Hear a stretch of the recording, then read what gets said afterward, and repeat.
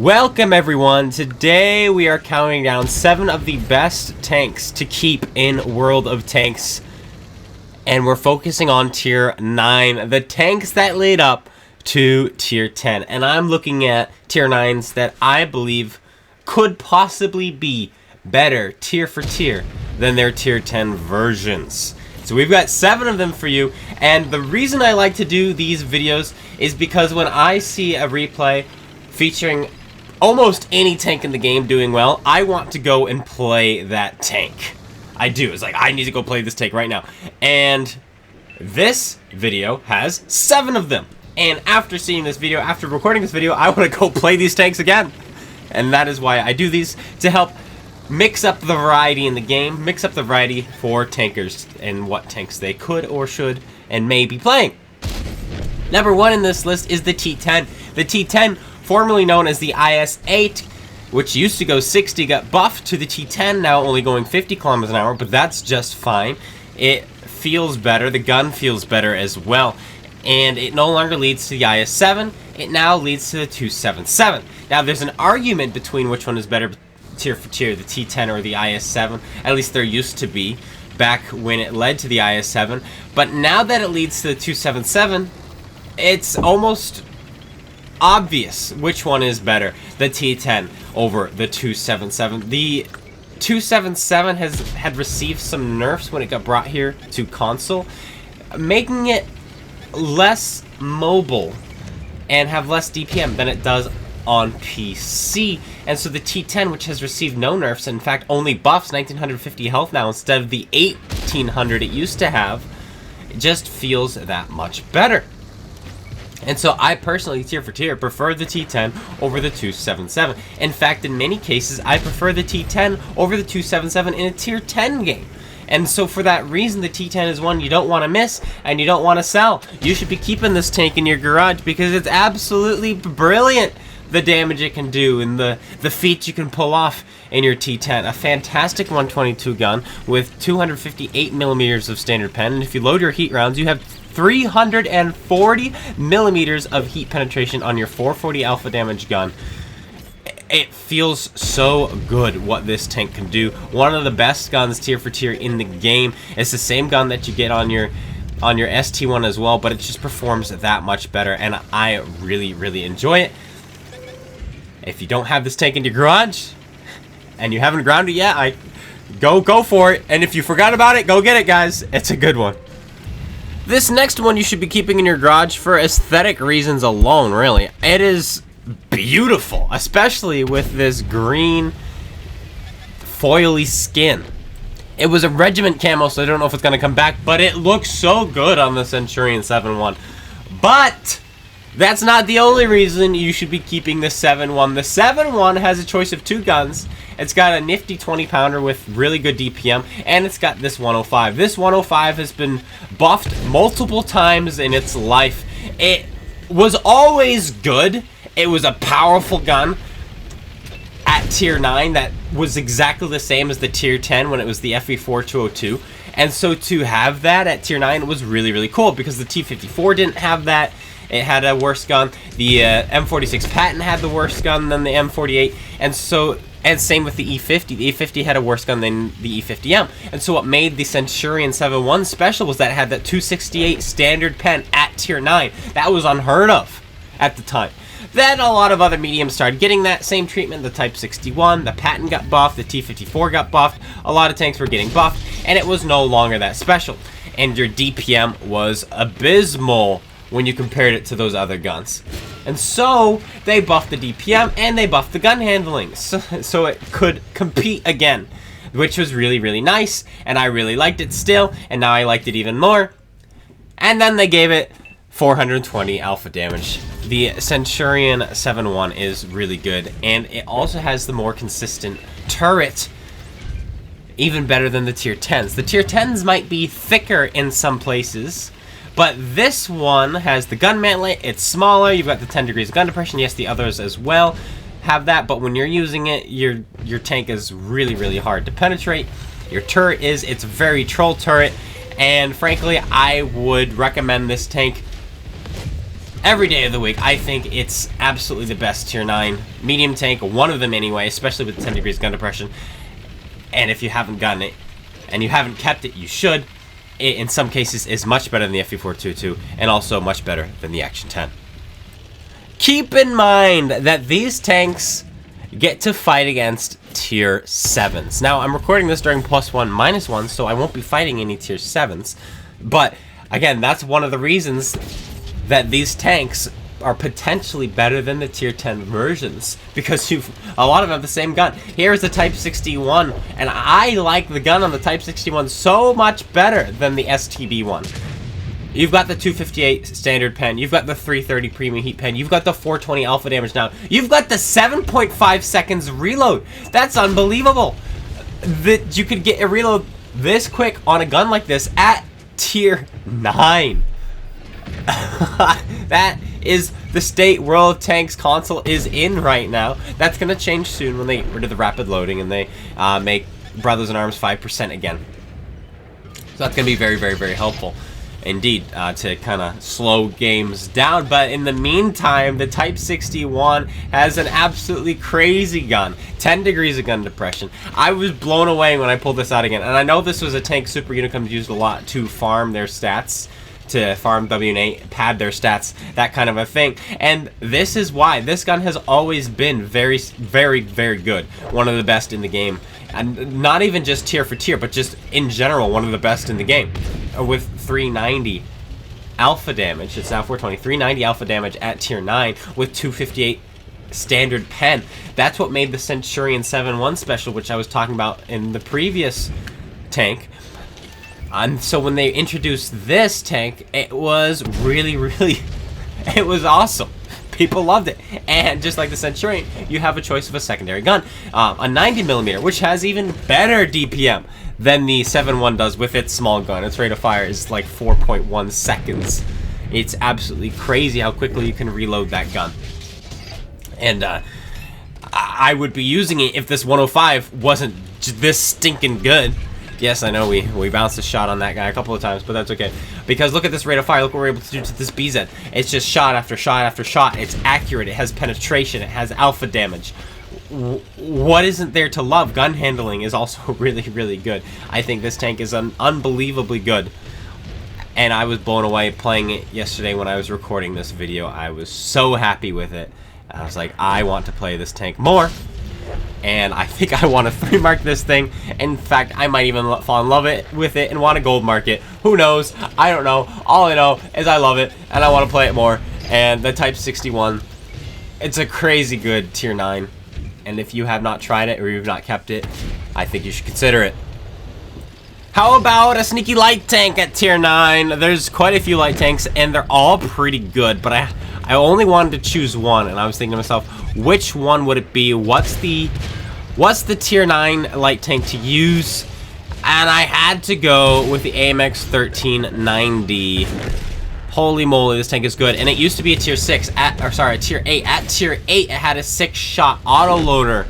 Then they moved it to tier 9 when they brought out all the other light tanks, the tier 10 light tanks, and tier 8 was no longer the top tier.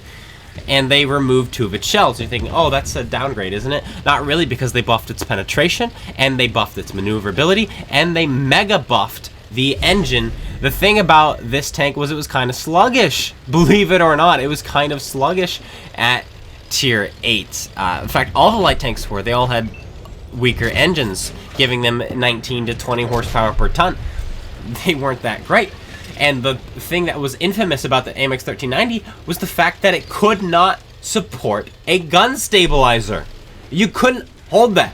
And so your gun was so derpy. You may have had 6 shots, but you could rarely get them all off. You could rarely hit your shots, and you had a 2.73 seconds in your clip. You don't have that 2.73 seconds in a clip now. I think it's only 2 seconds. And so you're putting your shells out quicker, you're aiming in faster, your gun is more accurate, you have more penetration, and you're more maneuverable. And you have more health. So at tier 9, it's just better than it was at tier 8. Hands down. And the tier 9 used to be a tank, again, Super Unicums would use to pad their stats. Now, not so much the case. I do like it. I don't use it to pad my stats, but I'm really liking this tank. And again, it's one that I really want to 3-mark. It plays just like the tier 10. And the question is, which one is better? Tier for tier, I think it's the 1390 personally. That's why I have it on this list. And you should absolutely be keeping this tank. I think it's the best tier 9 light tank in the game that isn't premium. There are so many premium light tanks right now. It's ridiculous, and a lot of them are really good. The Tiefbrecher, definitely the best tier 9 light tank in the game at the moment. That's probably not in question.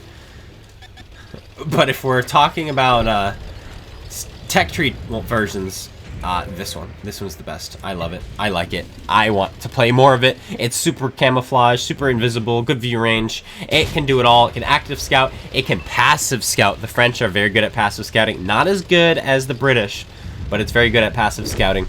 And so, I mean, you don't even have to make it to tier 10 to really enjoy this line. I think the tier 9 is great.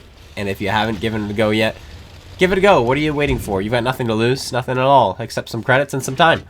But that's the point of this game. You grind, you play, and you have some fun. MX 1390, one of my all-time favorites, and I highly, highly recommend it. I was about to cut it there, but let's actually kill the artillery first, and then we can cut it. Because everybody likes to see a dead arty. There we go. Now we can cut it.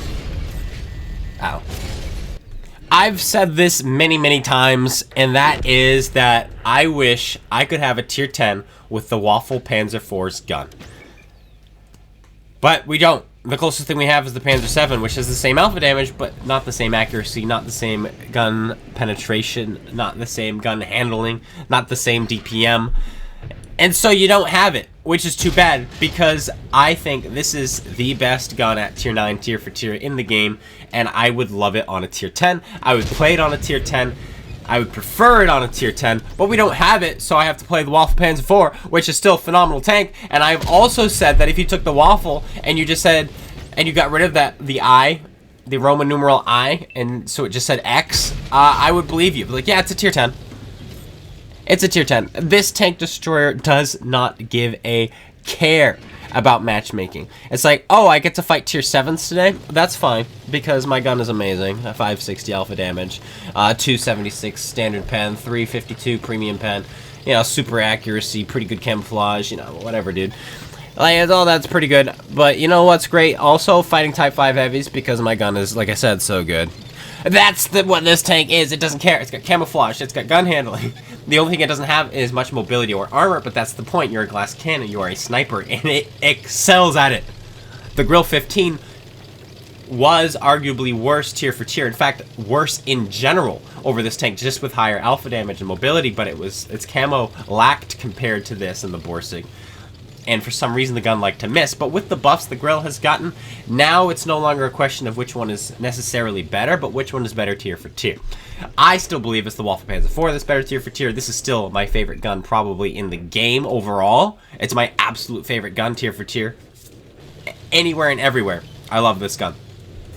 And so that is why I prefer it.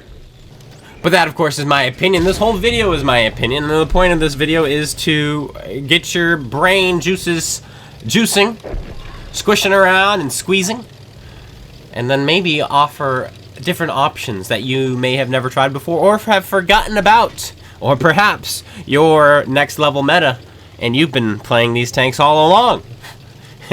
Well, if that's you, wonderful. And if not, give these things a go, because they are not that hard to grind for, and great fun to play. Hello, take an itchy shell, Mr. Iron Rain. The Waffle Panzer IV, give it a whirl. Of course, you have to know what you're doing a little bit, because, again, no armor and no mobility. But that's okay, because the gun is phenomenal, the camo is great, and if you combine those things and you use a little bit of your knowledge, you are going to win all your games. GG, no re. I know, you're not going to win all of them, but you'll win a lot of them. If you didn't think the E75 was going to be on this list, then you're a madman. And just look at the health, actually, real quick. 1920 health. The T10 now has more health than this, and that's the tank we were just talking about. But E75 Super Heavy, basically awesome. It is awesome. Holy moly. I think it's better than the E100. I love this tank so much. 160 millimeters upper plate armor, angled back very nicely. Fantastic 128 gun. This guy can't see us for some reason. Don't know why. I'm not going to complain.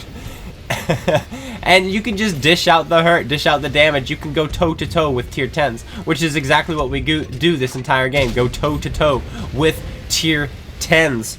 Your upper plate, because of the way it's angled, does very well against much premium. Not all premium, but it does well enough. Tank destroyer, tier 10 tank destroyers with premium rounds are going to butter right through your upper plate like most tanks. But even against tier 10, like heavies and mediums, your upper plate can actually work against premium rounds.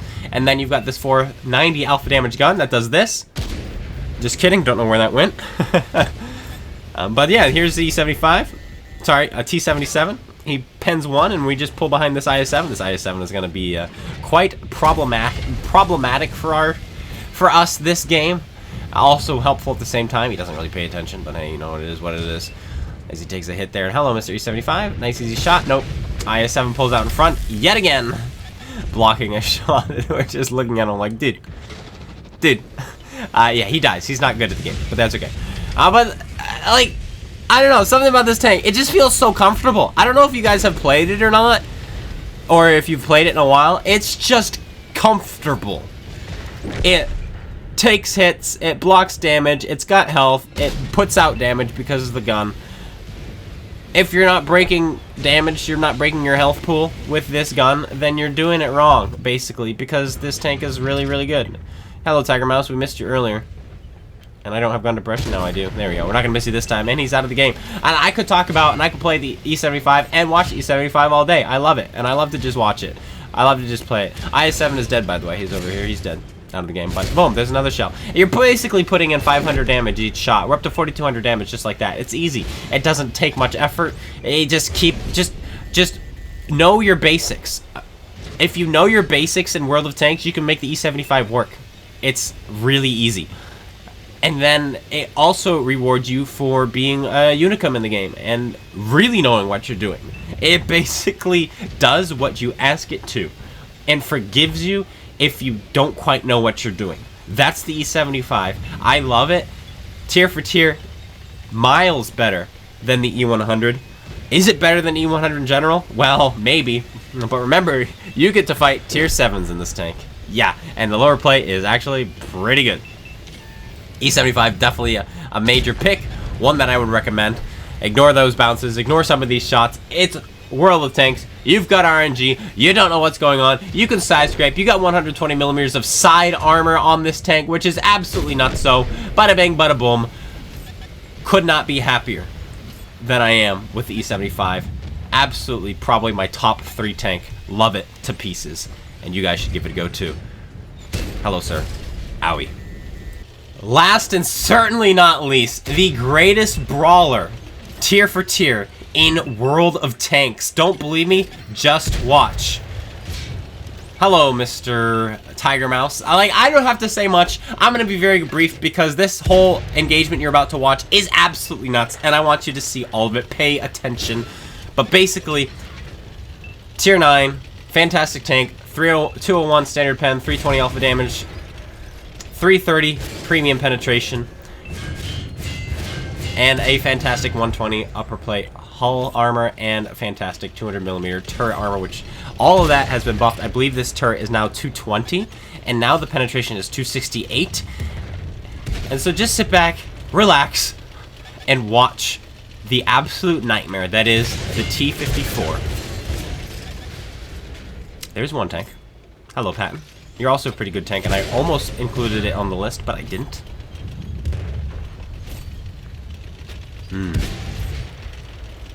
All we have to do is get close. When you get close to a Russian medium, you die. Never get close to a Russian medium.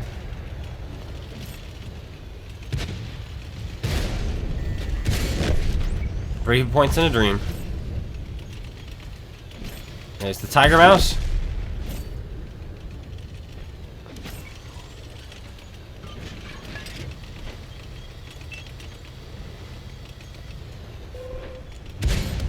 Put one in him. He misses because the Patton. Avoid the arty. And we're going to back up because we back up faster and we go forward faster. So we're just going to side hug. And it's over for him. He got too close. Unless he's got HE loaded. He got too close. Arty's aiming at us. Just avoid the pig. Boom. 4 tanks versus 1. We did have a sniper putting some shells in, but that was 4 versus 1. No other tank, other than the other Russian memes in the game, could have done that. Absolutely wild. And just to top it all off, my hands were shaking at the end of that game. They were shaking. I missed the M53-55. Holy moly, my adrenaline was going. I was like, that was crazy. T54, totally worth keeping. Leads to the 140 and the T628 tier for tier, definitely better. You can fight, again, tier 7s with it. But that is it. I hope you guys all enjoyed. If you did, slap that like button, comment, and subscribe. Let me know in the comments what other things you think you should keep. There are tons of them, but these were the 7 I wanted to include in today's video. I'm sure we can have a follow-up one pretty easily enough. Plus, we've got tier 8s we can look at, tier 7s, and even tier 6s and so on that we can look at that you should consider keeping. I think we should give each of the tiers a chance. But that's it, and I'll see you all later. Take care, everyone, and peace out.